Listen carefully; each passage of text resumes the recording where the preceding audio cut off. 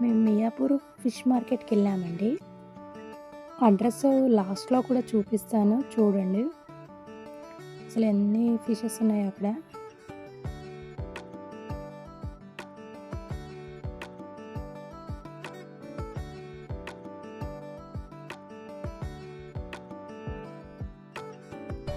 పీతలు, రొయ్యలు, చేపలు ప్రతి ఒక్కటి దొరుకుతాయండి. నేను కూడా ఫస్ట్ టైం వెళ్ళాను.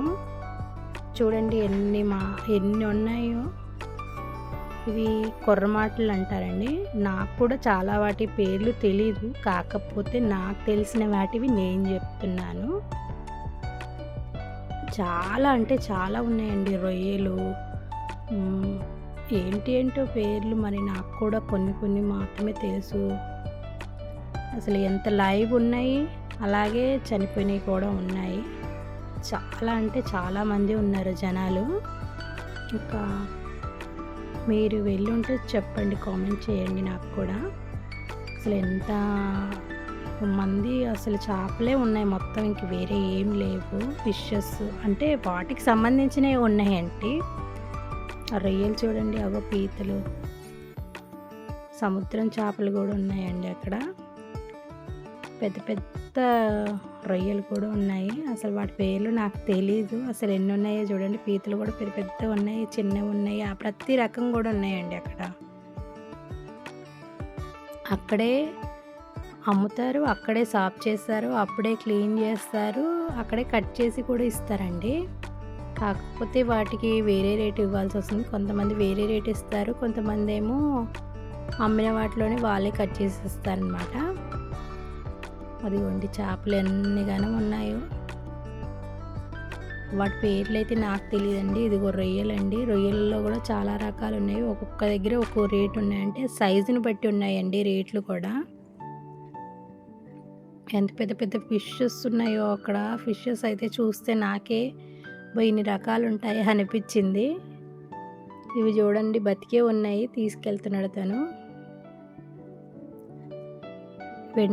ఎండ్రికాయలు అంటారా ఏంటో మరి నాకు కూడా క్లారిటీగా తెలియదు.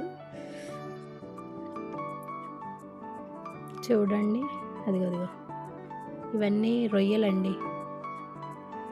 ఒక్కొక్కటి ఒక్కో సైజు ఉన్నాయి, ఒక్కో రేటు కూడా ఉంటాయి. అలాగే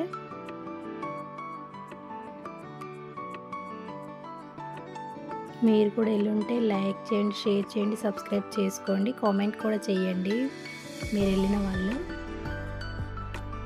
చూడండి తను ఎలా తీసుకుంటున్నాడు. ఒక్కొక్కటి ఒక్కో రేటు ఉంటాయండి. అవి బతికే ఉన్నాయి, వాటిని పట్టుకుంటున్నాడు. మామూలుగా అయితే ఇవి కట్ చేస్తాయి అంటారు కదా. ఇదిగో ఫిషెస్ అండి ఇక్కడ. వీటి పేర్లు నాకు కూడా తెలీదు. అలా ఒక్కొక్కటి ఒక్కో రేటు ఉంటాయి. 150 నుంచి 250, 200, ఇంకా అక్కడి నుంచి రేట్లు ఎక్కువే ఉంటాయండి. మనం తీసుకునే దాన్ని బట్టి, మనం సెలెక్షన్ చేసుకున్న చేప బట్టి ఉంటాయి. వెయిట్ కూడా అలాగే ఉంటాయండి అవి. మేము తీసుకున్న చేప అండి అది. అతను సాఫ్ చేసి కట్ చేసి ఇస్తున్నాడండి మాకు.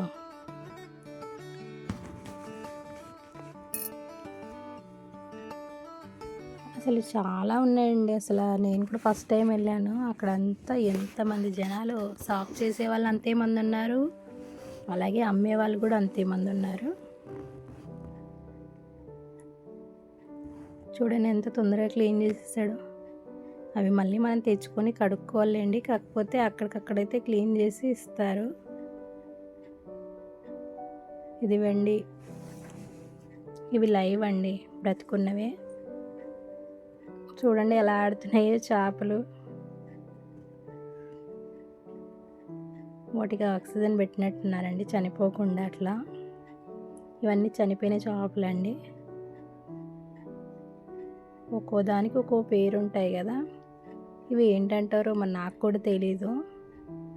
ఇవి రొయ్యలండి. చేపల పేర్లు అయితే నాకు తెలియదండి. చిన్న చేపలు, పెద్ద చేపలు ప్రతి ఒక్కటి ఉన్నాయండి. రొయ్యలు చూడండి.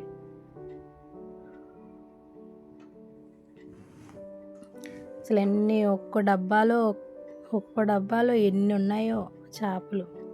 అది ఎంత ఉంటుందో కేజీలు కేజీలు ఉంటాయన్నట్టున్నాయండి. వస్తున్నాయి, అమ్మేస్తున్నారు, మళ్ళీ తెస్తున్నారు.